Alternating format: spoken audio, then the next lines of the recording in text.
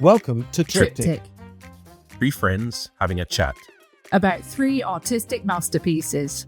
Making connections for modern life. Welcome to episode 6. I can't quite believe we got here, but as ever, I'm joined by the trusty team of Sophie and Joel.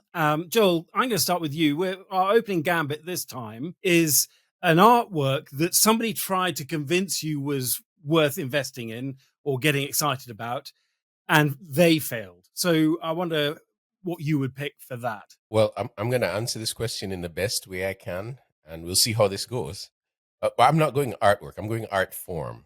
Growing up in church, when people got into all of the kind of mime sign type stuff, to a Carman song, and it was supposed to be the most exciting thing. Oh my word.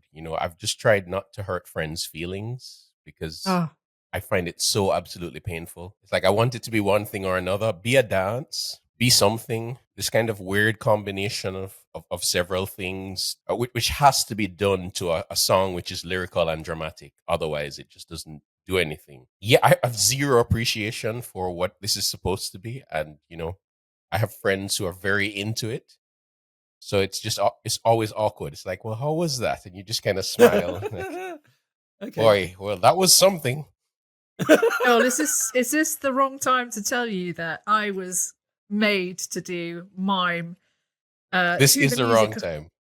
To the music of Queen Oh my hometown. I mean, I totally agree with you. It was terrible. It was Killer so Queen. cringe. We will rock you. No, I want to break free. And I was... Oh, wow. It was very on the nose. I was literally stuck to a chair miming that had the word sin on it. Oh, wow. good. Oh, wow. Right. Wow.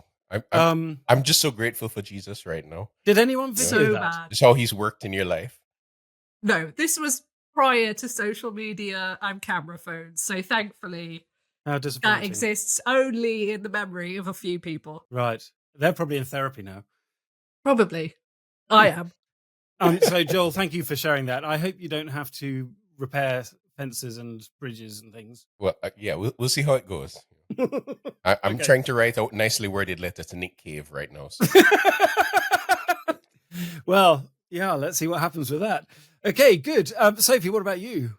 Okay, so the thing that I have remained unconvinced by is the TV Amazon series Rings of Power. A lot of my American friends absolutely loved it. And these are people that I admire. I respect their opinion. They often have exquisite taste. And I was slightly horrified that they all loved it because I just thought it was just like badly written fan fiction. I couldn't even finish series 1 and there was no way I was watching series 2. So I was just like, sorry, gang, I can't do this. It feels like an aberration. I've not even started it. I just thought, I can't be doing with that. Well, should I confess that I've watched both seasons? Oh, okay. You've watched both seasons? Yes. I mean, honestly, look, sometimes I'm able to watch TV that I don't think is that great. And I think it falls into that category. I was interested to see where they were going. I had heard some very harsh critiques of it and thought, but come on, that's a bit over the top. I cannot tell you. It's not one of those things that I'd say to people, you need to watch this. No, you certainly don't. But I did stay with it. But I realized I do have a high tolerance, for just something that had promise but is not developing, and I keep hoping for the best. But Joel, the observant will notice that there is a crutch behind you. Could it have something to do with the fact that you can't walk around very much at the moment? Yeah, he puts the TV on and he's stuck. So he's Unfortunately, like, just can't move. might as well. Yeah. But it was coming out every week, and it's like, yeah, that's something to watch. I need to unwind Friday night, kind of thing. But yeah, Sophie, I can't. I definitely wouldn't say to you, you need to see this. You need to watch this. Yeah, I wanted wasn't going to like anywhere. it.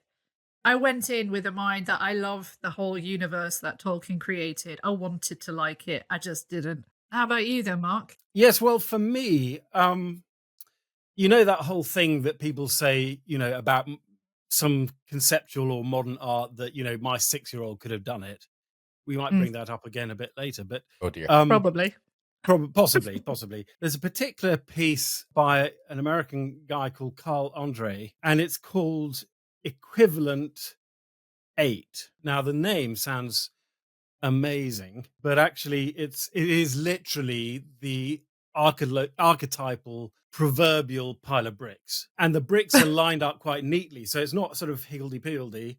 They are sort of squared and all very neatly. But that is literally all it is. And I'm quite open-minded about art, I think. And I've, wanted to sort of see the value of this. And of course, the argument is always, well, your 6-year-old didn't do this, and they certainly didn't do it in the Tate Modern. But no. It was a no from you. I would go so far as to say it's just a pile of bricks. Wow. Neatly organized, neatly put together. Good. Well, there we are.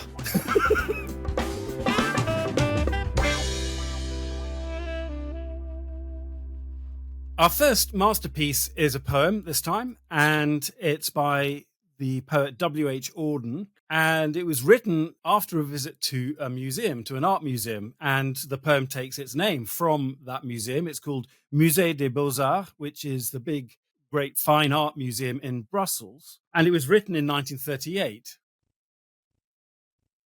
Musée des Beaux-Arts by WH Auden, written December 1938. About suffering, they were never wrong, the old masters. How well they understood its human position, how it takes place while someone else is eating, or opening a window, or just walking dully along. How, when the aged are reverently, passionately waiting for the miraculous birth, there always must be children who did not specially want it to happen, skating on a pond at the edge of the wood. They never forgot that even the dreadful martyrdom must run its course anyhow in a corner, some untidy spot where the dogs go on with their doggy life, and the torturer's horse scratches its innocent behind on a tree. In Bruegel's Icarus, for instance, how everything turns away quite leisurely from the disaster. The ploughman may have heard the splash, the forsaken cry, but for him it was not an important failure. The sun shone as it had to on the white legs disappearing into the green water. And the expensive, delicate ship, that must have seen something amazing, a boy falling out of the sky, had somewhere to get to, and sailed calmly on. Now, he had been travelling around a fair bit. He and his mate, Christopher Isherwood, they had been in Iceland, they'd been in Spain. In fact, they had witnessed aspects of the Spanish Civil War and tried to write about that. And he saw himself as a kind of artist journalist in a way. This poem was written in 1938, but there was this deep sense of a world, particularly a continent, with looming tragedy. And of course, he's not predicting the future as such, but he has this sense of darkness. And of course, the Second World War was going to break out the following year. In fact, that was the year 1939 that he himself moved to the United States and he would become an American citizen. But I think that context is quite important for this poem, because however much he is recognizing and able to put his finger on, this is a poem about suffering and a world just carrying on its sort of normal way. And even with something as sort of cataclysmic as the Second World War, those left behind, the majority of people, were not necessarily involved in the fighting at the front or being called up or whatever. Back home, all over the world, people were trying to just carry on living. This poem speaks of this juxtaposition, the shocking sense that while some people are in the midst of the direst suffering, other people are completely oblivious to it. It's not that they don't care, it's just that they don't know. And I think that's one of the stark things. But before I sort of draw you both in, I think one of the fun things here, and I think this is the first time on the podcast we've done this is getting really meta. I'm talking about the idea that basically there are layers upon layers, because Auden is speaking and responding to one of the rooms in the museum dedicated to Peter Bruegel the Elder. And there are a number of his paintings in one room in the museum. And there's one in particular called The Fall of Icarus, or Landscape with the Fall of Icarus. That's clearly in mind, but there are one or two others in the room that he is perhaps alluding to as well. So you've got that. But then, of course, in the Icarus painting, he's drawing on something else, which is in fact a poem. It's Ovid's Metamorphoses. I had to study this at university and loved it, but it's book 8 of the Metamorphoses, and it's about Daedalus and Icarus. But of course, Ovid himself wasn't the originator, so he's drawing on all kinds of other threads. So we've got a poem about a painting, which is about a poem, which is about all kinds of legends and myths and stuff.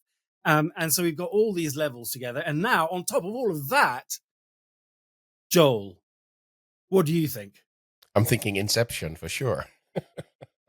What I love about poetry is just how it rewards you for coming back again and again. My first listening, because you sent us audio to listen to, which was wonderfully done.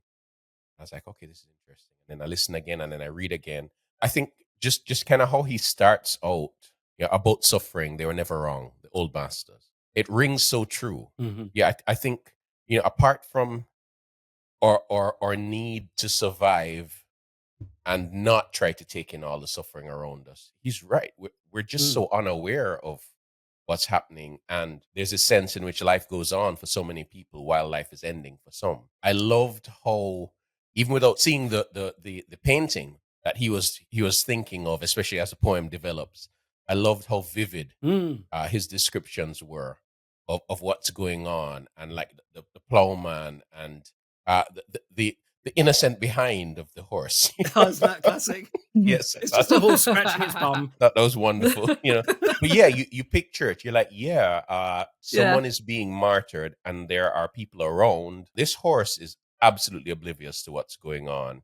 The dog in the back of the painting is just doing doggy things. I love how poetry can capture these kind of small moments that can shed so much light on the nature of life. And I thought he did a wonderful job of that.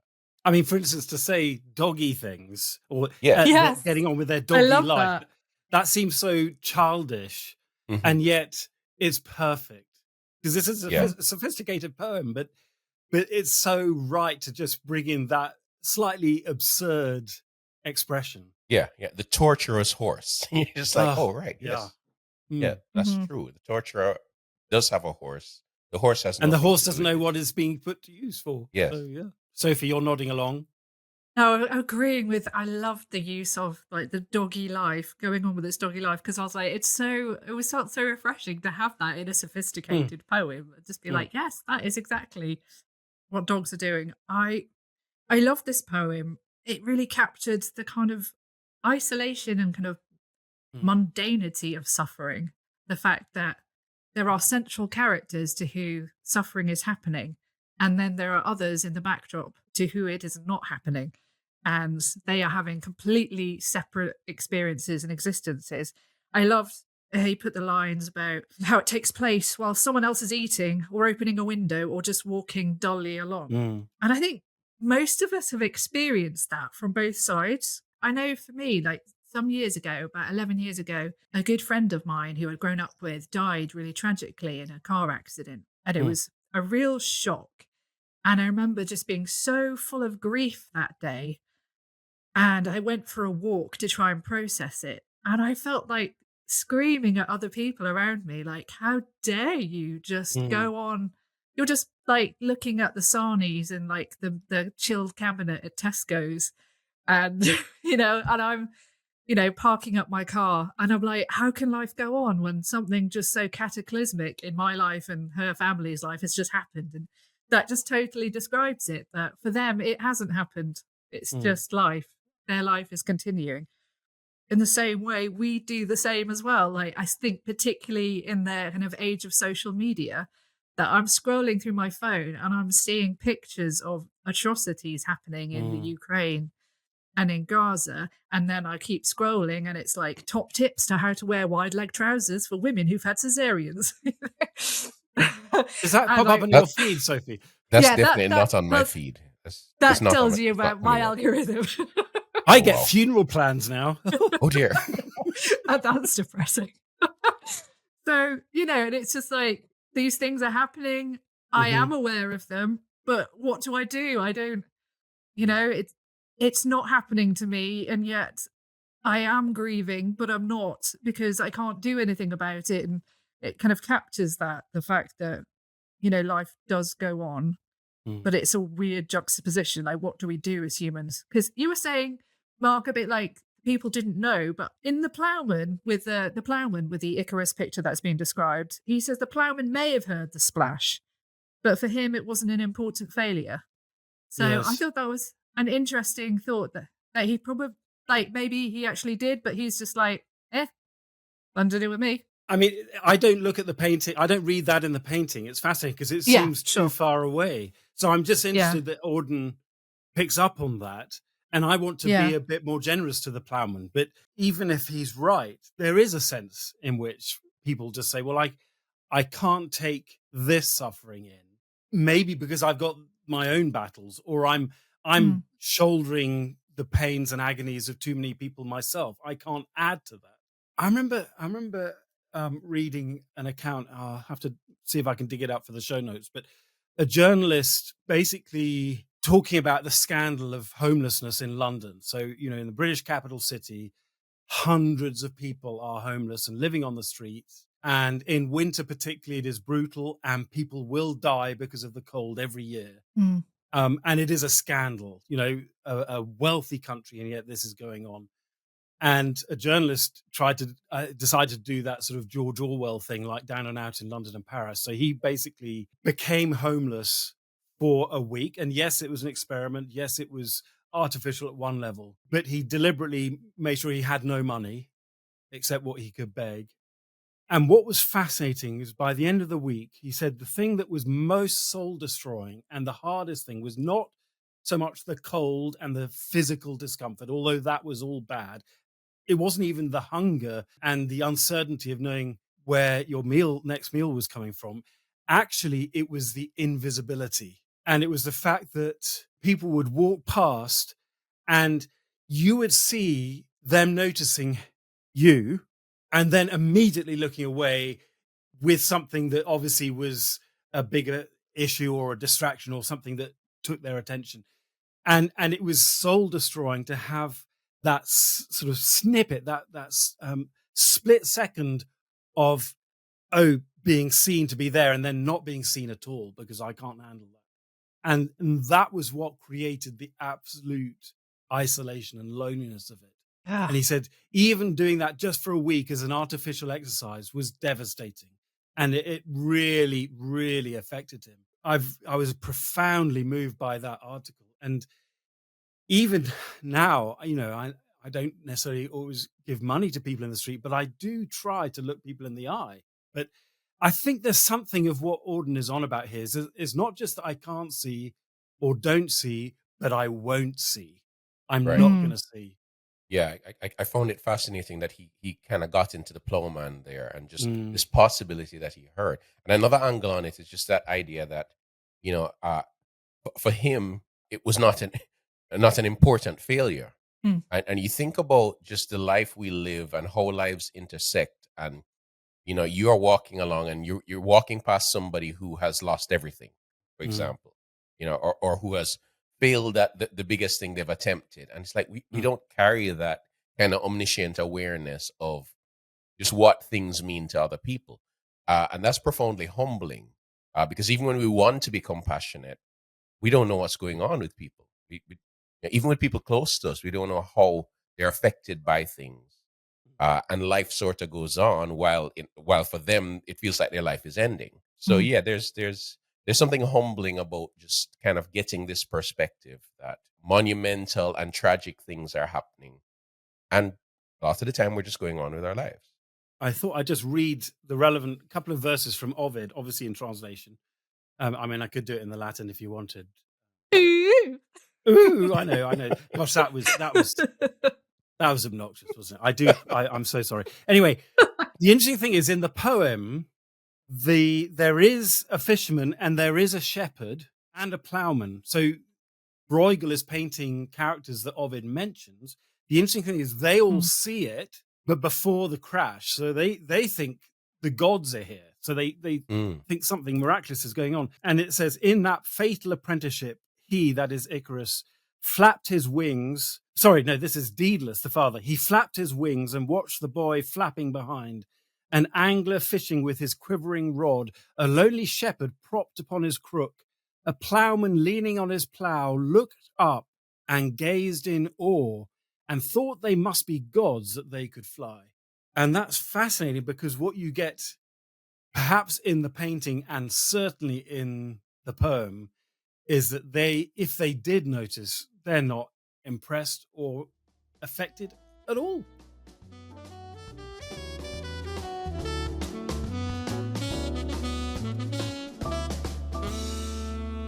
Okay, my masterpiece this week, which will hopefully get you all annoyed and arguing amongst yourselves, is a piece of art. Yes, it is art, by Vassily Kandinsky.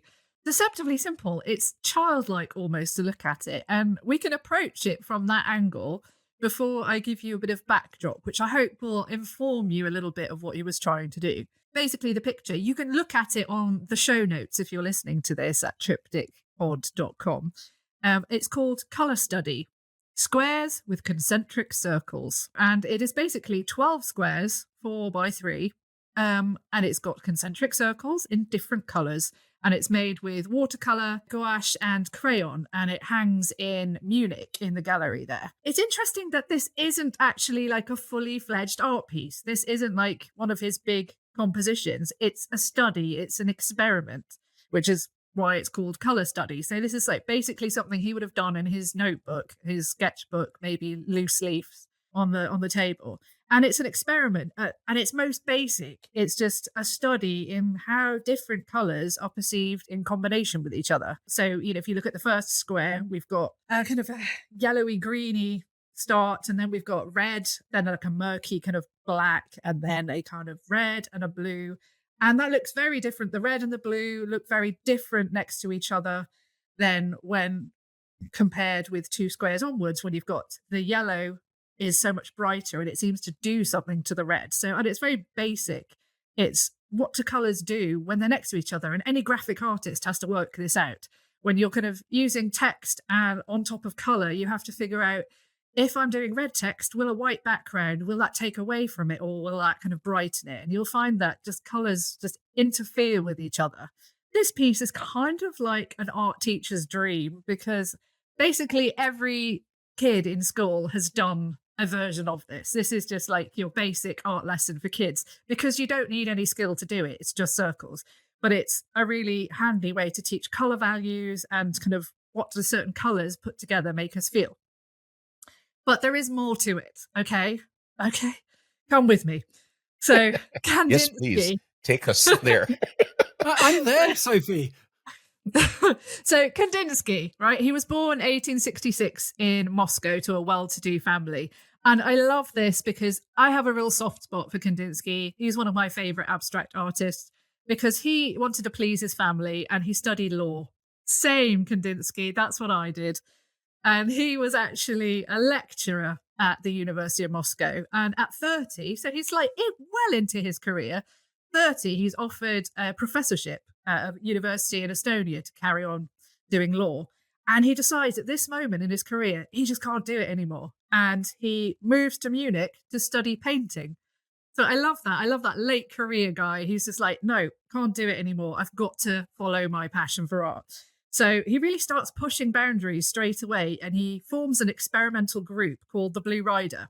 And he starts developing his thoughts on the spiritual nature of colour. He's very convinced that different colours represent different things. And by 1912, he's written this like seminal piece of work, an essay called Concerning the Spiritual in Art. And it's really fascinating and a bit bonkers to read. But I love it. So by 1913, when he's done this colour study, he's already fully abstract. He's really kind of getting into colour.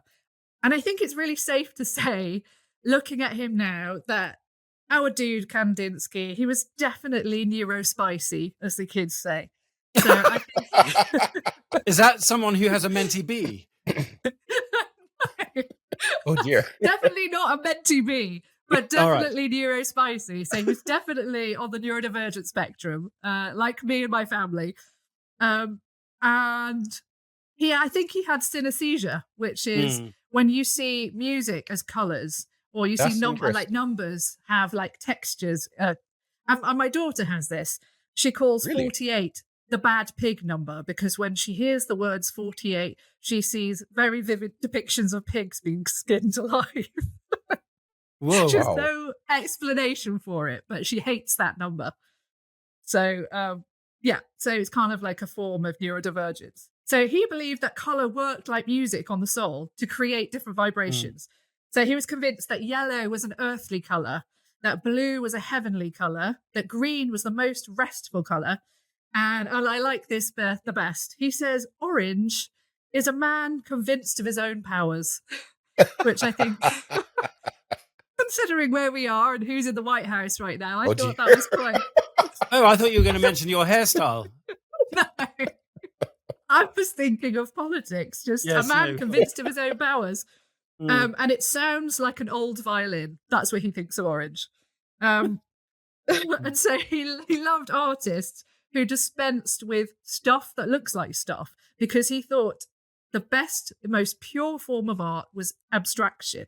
So an entirely original form that embodies the expression of the inner life. He talks about circles and colour, and he very earnestly describes what he sees in his book, which I love. He says, if two circles are drawn concentrically, the yellow in it travels outwardly, but the blue retreats like a snail.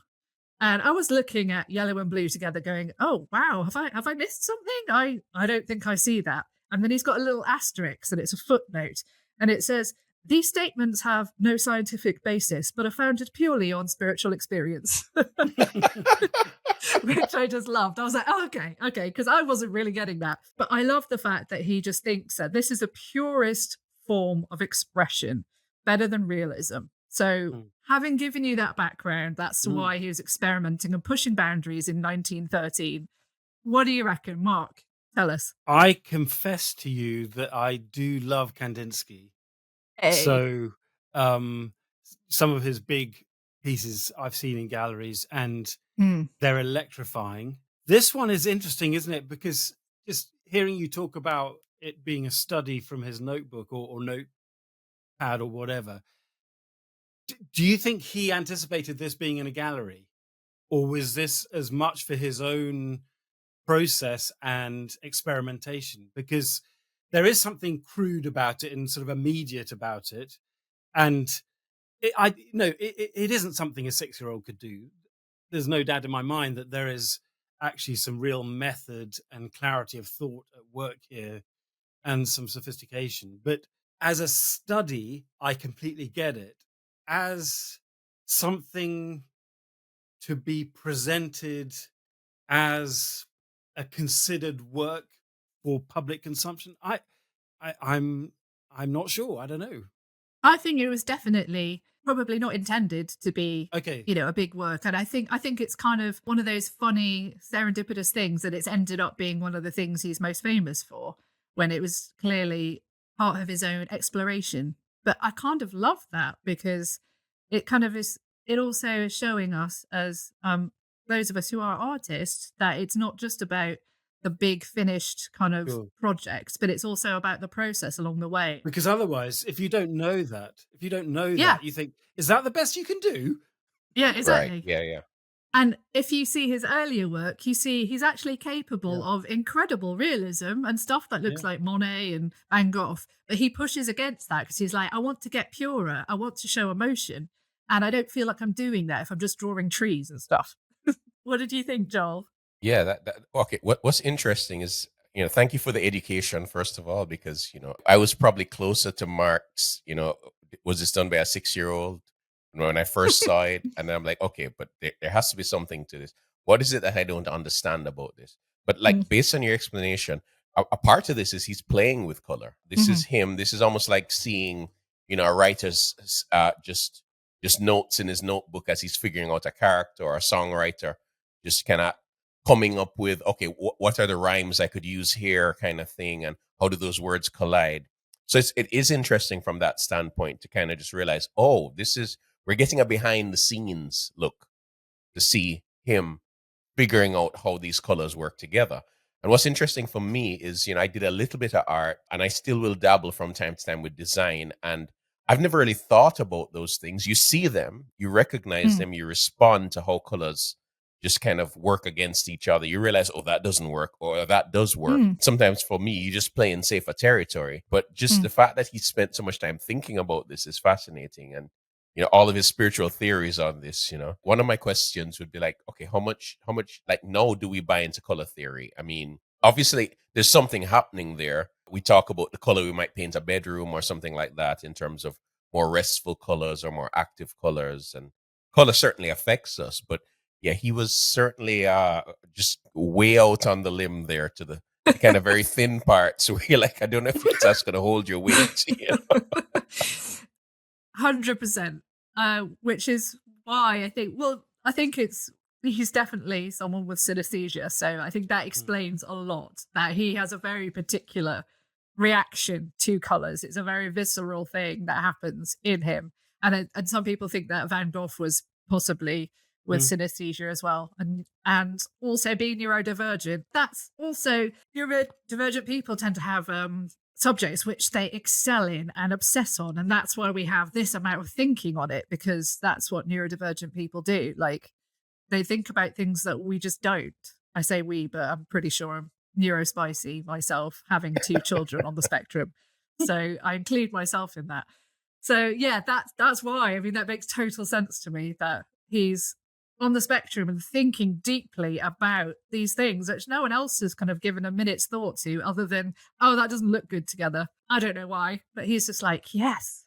Going back to the old masters, the Renaissance, and then, sort of the Italian and the Dutch and co, they would, maybe not in quite the same way, but they were all experimenting with colors and what resonated and what, we can talk about a color singing. Yeah. And then it's fascinating. You have composers who are synesthetic, and they will associate particular keys, musical keys. Oh, for sure. Yeah. With colors and stuff. And, when people are orchestrating, they talk about adding color. Well, it's not literal, but it's using it as a metaphor for changing the productions and stuff. And I just find these sort of overlaps really interesting. So there's something very exciting, although if you don't have that immediate experience, it's kind of slightly excluding as well, isn't it? I would love to be able to taste C major or, yes, or whatever it might be.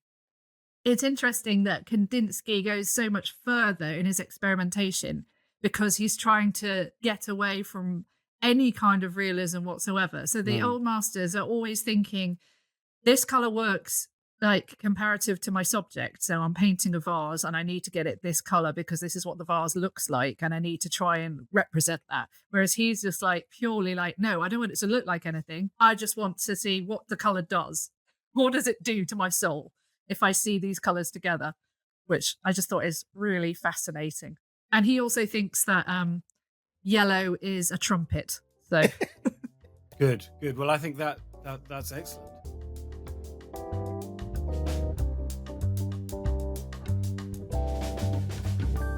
My masterpiece this time around is the track Lingus by Snarky Puppy. And to be precise, really, it's the video, the video of the recording of the song Lingus by Snarky Puppy. It's from an album called We Like It Here. And there's so much backstory to all of this. So let's start with Snarky Puppy. I mean, I've mentioned them before on the pod. I really just thoroughly enjoy their music. So they are a jazz fusion group that started in 2004. There's so many names because they're a large collective. Michael League is the key guy. And funnily enough, Michael League, who's a brilliant bassist, he says he started Snarky Puppy because he wasn't good enough in college to get into any of the ensembles. So he was just like, I want to play music. And I'm like, gosh, that doesn't even make sense, because he's such a powerhouse creatively. One of the reasons I wanted to do the video and not just the song is because I think the video adds so many elements to what you're experiencing. I mean, the song itself, you can just turn that up in the car and thoroughly enjoy it. But the video, to watch them enjoy making music, I think was just a big part of the treat for me, just to see these guys go at it, particularly to see them respond to each other. It's one of the things about bands. I mean, Jamaica has gone through a phase in music where a lot of music is produced in studio, and it's really one kind of player of synthesizer who is able to simulate all of these parts, and you just kind of go into studio and your track would be laid down and people produce music. But we're coming from a time where it would be live instrument players, and chemistry mattered, knowing each other mattered, being able to play together. So some of our best music in the past has come from bands who just over years and years got to know each other. That's a part of what the unique appeal of Snarky Puppy. Even though there's a rotation of musicians, because this was recorded in 2014. They recorded it while on tour in Europe. They decided, we're going to just record this album. We're going to rent a studio in Holland and we're going to record this album. And it was a year in which they did, I think, like 180 something shows. It doesn't even make sense, the amount they were playing. But a part of what they talk about, because there is a documentary, which I think we'll link to in the show notes. There's a documentary about just the making of this album. And they just talk about the way they just got to know each other so well from playing so much together. The track itself it's long. It's almost 11 minutes long. It features a fair bit of improvisation. There's a wonderful section where the saxophone and the trumpet are just trading kind of solos, improvising. And then there's this section where I need to find his name. Corey Henry, the keyboardist, just with the drummer, is just kind of very slowly working his way towards what's just this brilliant improvised section. One of my favorite parts of the video recording is when the other keyboardist just kind of comes over and grabs and hugs Corey Henry after he does this brilliant solo. And it's just, you just see, I mean, there's a way sometimes in the music industry, people can be kind of competitive and suspicious of each other and one-upmanship. And you just see the camaraderie and connection and joy. And it's like, that was brilliant. But the backstory to that is that they walked into studio and only Michael League knew what he wanted to do. He had not sent anybody anything. They were getting tracks in the middle of the night from him with little recordings, with him kind of giving them phrases and ideas. So they didn't know what they were going to record. And they so they hadn't done any of it live or anything? Maybe one or two songs, but most of the songs were absolutely new to the whole group. And then to make it worse, the drummer who they had in mind dropped out. So now Michael League had to get on the phone and kind of figure out who are my top options and call. And he's like, I found the guy. So the drummer, he's learning parts of this thing on his way on the flight to the Netherlands. And when you see his performance here, you'd never believe that. It just doesn't make any sense. So Lionel Lewis is a drummer on the album and on this track. And these guys talk about the fact that they were trying to learn these songs, and they're learning them without a drummer. They have a percussionist with them, but they're trying to put their rehearsals together without the drummer. And they're like, but this is not, we don't know how to do this. We need to have that sense of where everything's going. And then he just comes in the morning of the first recording. I think it was recorded over 4 days, and just starts to play, and it just works. So it's amazing what they were able to achieve in just a few days. But it just shows how much they had built together, how much they understood each other, how much they trusted each other in terms of just going into the songs and the improvisation. But what did you guys think? Maybe Sophie can kick us off there. First of all, I just got to say thank you for introducing me to these guys. When you mentioned them on the pod a few weeks ago as one of your go-to groups, I didn't know what Snarky Puppy were. I was like, is that a snack? I don't Is that an energy drink? You were like, I'm going to Snarky Puppy. And I was like, I don't know what that is. So getting to actually listen to this, I want to give you my hit impressions. Like, I put the headphones on. I was in my kitchen starting to cook food, and then the organ, like the kind of Korg synthesizer, opens it with this do, do, do, do, do, do, do. And it kind of reminded me of the opening of Touch Me by the Doors. I don't know if it's got that. So it's got a similar kind of organ opening. But when that fat, juicy beat hits with the sax and the trumpet, so I started bopping in my kitchen. And it was starting to make me do the so good it's painful face. You know, the bit where you kind of like go, oh yeah. Yeah. So I was completely all in. And when those little riffs started happening, that the running sax and trumpet, like the musician in me is just desperately trying to kind of count along. And like, oh, how many times are they doing that little riff there?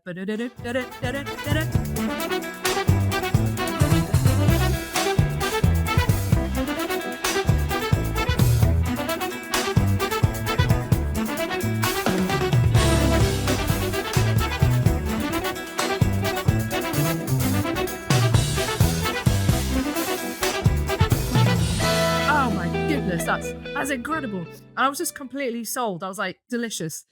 I was like, this, I felt like this was one of those tracks where it's instantly changed my life.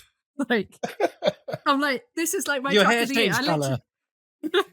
So what we should have done is we should have done a reaction video. You know how they do these on YouTube now, where the first time you're hearing things. If I had known, I would have said, let's do this. You know?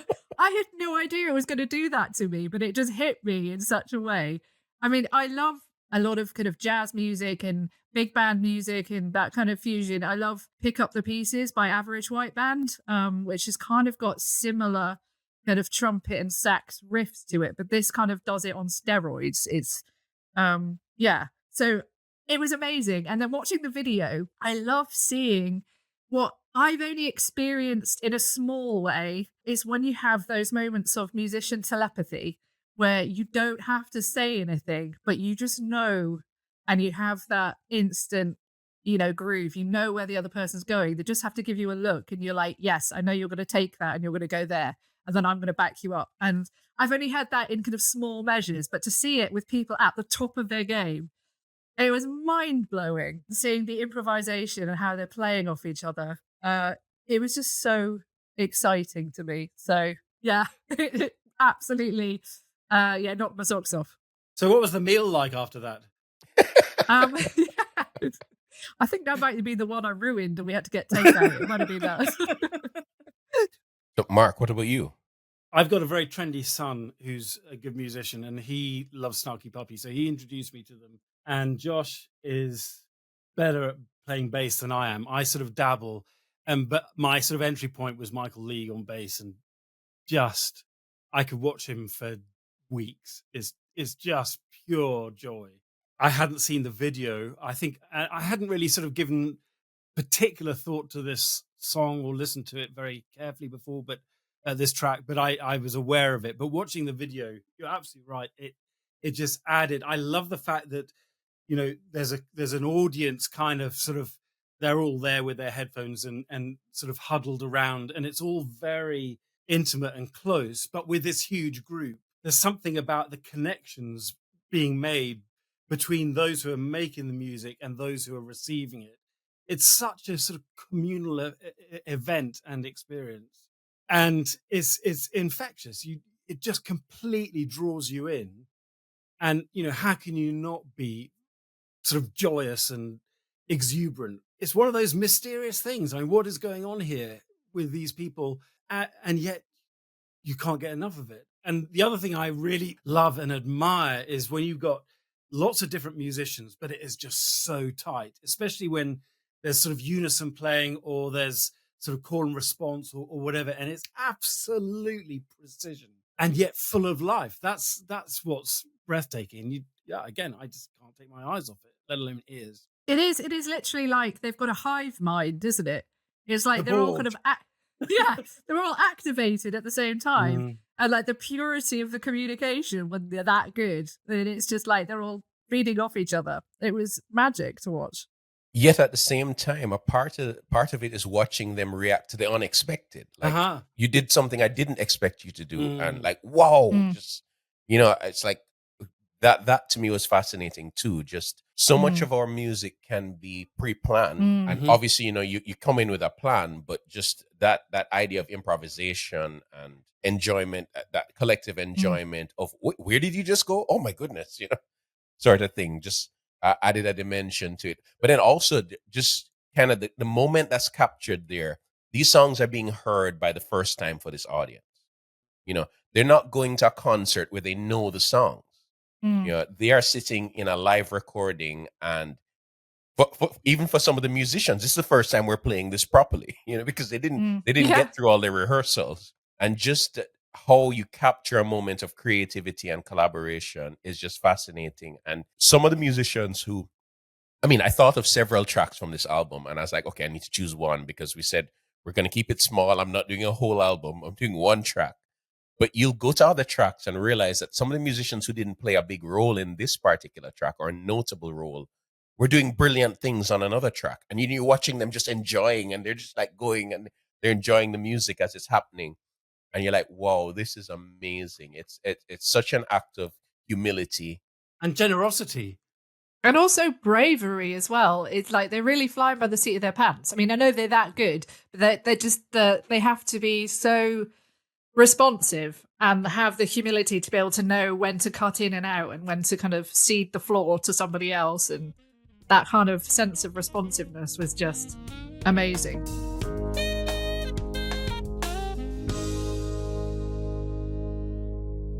It's time now to think of some connections, and I think I've got one already, because Sophie mentioned that the musicians of Snarky Puppy were flying by the seat of their pants, and we've had a poem about a painting about a bloke flying, well, not quite by the seat of his pants, but he was flying.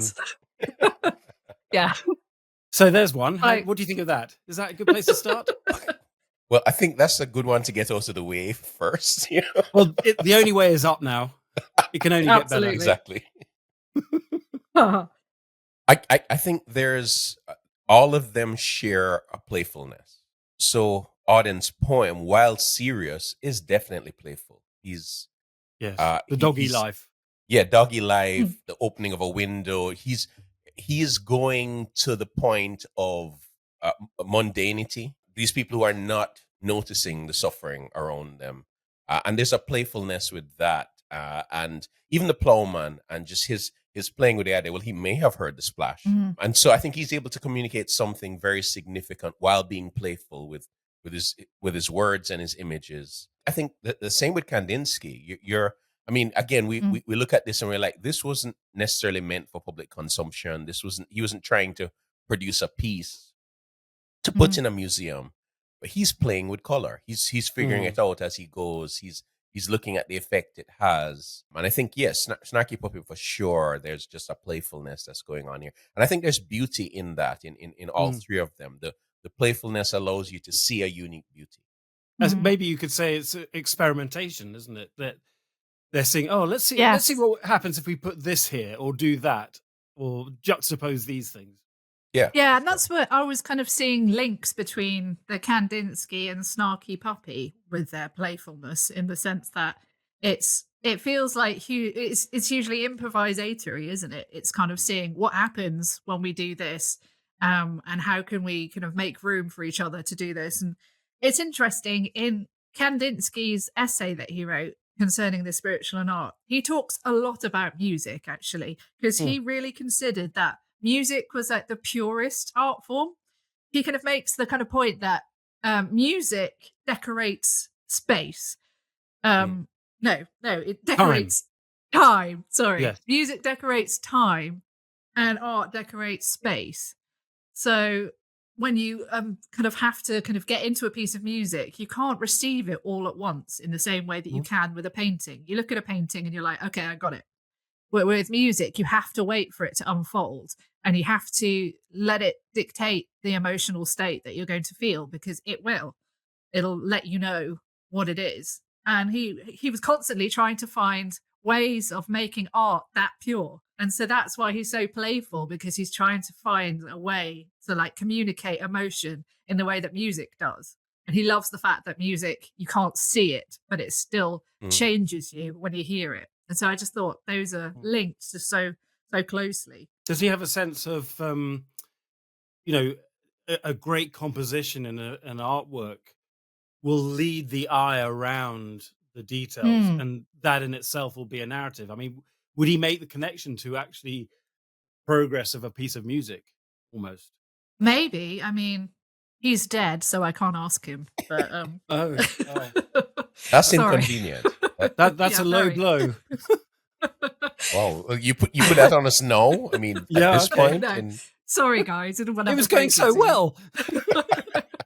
I mean, you talked about him like you were friends, as you've been doing throughout this whole podcast. I'm picturing Kandinsky there with Lionel Richie now.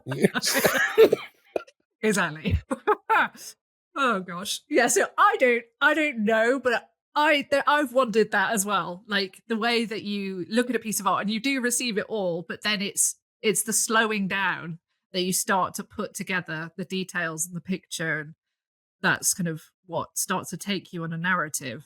I also learned a new word recently, which I believe pertains to the poem and also to Kandinsky, ekphrastic, which is when you're kind of letting one piece of art influence another. So in the poem with Auden, he's doing a poem about the paintings that he can see, which are also about the metamorphoses. And then Kandinsky, and within his Concerning the Spiritual and Art, he often talks about other art forms as well, and he's talking about music and how that kind of influences it. So I thought that was kind of interesting to see that in play with Kandinsky and with Auden as well. And then even with the Snarky Puppy, when you think of it as the video now becomes a vehicle through which you access the music, but you're not just accessing the music, but you're accessing the performance at that moment in time. So it's not just, oh, we have a recording of this, but we're seeing more because of that. So yeah, I think the kind of windows that you look through with all of these pieces are interesting, and how that enhances what you're seeing. And I think it's interesting that it is the work, isn't it, of poets and musicians and artists that do make us pause. You know, like Auden's talking about how people are just kind of blithely going on and with their day. And, you know, we've done that. But the fact that he's drawing our attention to it is making us also think, I've done that. And it really makes you stop and think. And I just think that it's just the job of musicians and artists is to bring us into that moment, isn't it? It's to slow us down. It is to draw attention to the things that are obvious, but we haven't really considered. And all three do that. Your color study definitely does that, because yeah, sure. Oh, wow, you're right. Look at the way those colors are interacting. That's in front of us all the time, and we don't necessarily think about it. But color study kind of makes you compare now and look at it and say, oh, wait, yeah, that's true. That red does do something different beside that blue. And then with the darker background versus a lighter background, it's like, that property was always there, but I never really noticed it. And it's basically a lesson that anyone who's starting out using PowerPoint really needs to spend time thinking about. So true, right? Look, I think we've been given tools that are destroying the world. Yes, and that we just don't have the maturity to use. But anyway, here's a difference I was thinking about. I think one of the things I come away from the Auden poem feeling is isolation and being alone, whereas the other two are about sort of connection and the sort of interactions of things. So the colors are interacting in a very and in a quite spooky way. That there they are, they're completely static on a page. They're two-dimensional, they're not moving, and yet that's the wonder of what he's playing with, that these colors are sort of jumping and interacting, and it's busy. And of course, literally, that's what's going on with the Snarky Puppy video. And there's a joy and an absolute sort of vibrance in that. It is very contagious. The tragedy of the poem, the tragedy of the scene that Ovid described, that Bruegel paints and so on, and that Auden notices, is that there isn't that connection. And that's what's so painful for those who are suffering, that people around them just don't notice their pain. And I was thinking, touched on this a little bit previously, but, you know, particularly things to do with mental illness, the agony of that is that it is invisible, particularly if somebody is so-called high functioning. They carry on with life and nobody is any the wiser or insightful in terms of what actually is going on under the surface.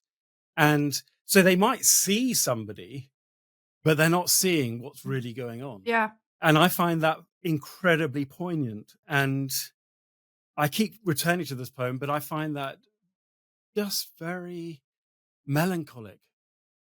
I think that links to the way trauma is experienced as well. Often people who've experienced trauma or will say that the traumatic event was one thing, but the most re-traumatizing and ongoing pain was the way that other people reacted when they turn away from your pain, and they won't look at it, and that's the thing that kind of exacerbates and complicates the trauma. It's not just that this bad whether thing intentionally happened. or unintentionally. Yes, yeah, often. So, and again, so I really like the idea that musicians, poets, and artists are trying to kind of bridge that gap to kind of bring that sense of connection, even if it's just to you, the reader, going through your own thing and reading and going, yes, that's exactly how it feels. I feel alone. Even having that validated is incredibly comforting, I think, to know that it's an experience. Yeah, and I think Auden helps you to think about those realities, that reality of suffering alongside the world just going on, and it gives you that opening to now be on either side of that equation. To say, oh, am I identifying with the person who's suffering? Am I identifying with Icarus, who is falling, and falling into the sea, or am I identifying with the plowman, who is just like, well, what was that? Was that important? I don't know. And just realize that, yeah, I guess we all are on either side of that. All the time. The phrase that Auden uses, it was not an important failure. That's devastating, isn't it? Because it's describing what has happened, that this is a failure. It's not an important event. No, it's a failure. But as failures go, it's not that important. So we just move on. Actually, one funny thing that came to mind is linked to last week's last episode. Oh, no, you're not allowed to do that. Okay, go on, Sophie. Just this once. Just this once. Just let Stay me. in the box, Sophie. Stay in the box. No, go for it. Go for it. It just immediately, the kind of the not important failure, the dispassionate way that it's kind of noticed, made me think of the district commissioner with Okonkwo's death at the end. We followed Okonkwo's journey. We totally understand what's happening. We see the tragedy coming. And then in the end, it's just someone being like, oh, what an interesting little event. I might put that in a footnote in my book. Anecdote. On we go. A great point. Yeah. No, you're allowed that one. Oh, thank you. That one was worth it. Yeah, I think it was, as opposed to some of the others. Anyway. Rude. Yes, it was. I was reading one thing talking about the sense of inevitability. In the last few lines of the poem, the sun shone as it had to. So it's like the sun, well, it's going to have to, it has to shine. It comes up each day. But then the boat, the ship, has somewhere it's got to get to. So it's like it's as inevitable as the sun. But actually, that's not true, because ships do turn around and go and pick up men overboard, as it were. Mm-hmm. It's not the inevitability of the sun. And there was a kind of duty that, well, no, I don't have time for this. I've got to get to. I've got somewhere to go. Yeah. Yeah, it's very Good Samaritan-esque, isn't it? The kind of seeing of suffering and going, yeah, but I've got somewhere to be, so. Yeah, I'm sorry. Yes, that's not my business. I was on my way to where I was going. Good. Well, I think this is coming to some kind of vague, natural conclusion of sorts. It seems so. I think so. So, Sophie, do you want a last word from you? I just love the way that it's showing us the importance of connection, in terms of we see the isolation of suffering, and then we see the joy that comes in community and connection and playfulness with Kandinsky and Snarky Puppy. Yeah, and just appreciating the fact that life has both of those moments. There are moments where we will be isolated, where people won't be able to enter our experience, where we'll miss what's happening with others around us. Yet there are moments where we are connected, we are together, we are sharing in joy. And it seems to be a part of the mix. Reminds me of the poet Rilke, who says, no feeling is final. Reminds me of the poet Coleridge, who talks about, pulling away the film of lethargy and familiarity. Just saying, don't let familiarity breed contempt on the world around you. Start seeing, and that's why we need, as you've said, Sophie, several times today, that this is why we need artists, so that we can see what they've seen and we've missed. Otherwise, we'll just scratch our innocent behinds on trees. Well, you might. And or not so innocent behinds. And on that happy note, yes, it's goodbye from me. It's goodbye from me. Yes. let's leave all this behind, and it's goodbye from me. That was Triptych, hosted by me, Mark Mennell, with Joel Bain in Jamaica and Sophie Killingly in the UK, with tech and editorial expertise from Owen Feetham. Visit our website at triptychpod.com, that is triptychpod.com, for episode show notes, background information and various links. Please do get in touch with any questions, comments and even suggestions for future episodes. And if you've enjoyed this, please do share it around and rate us wherever you get your podcasts.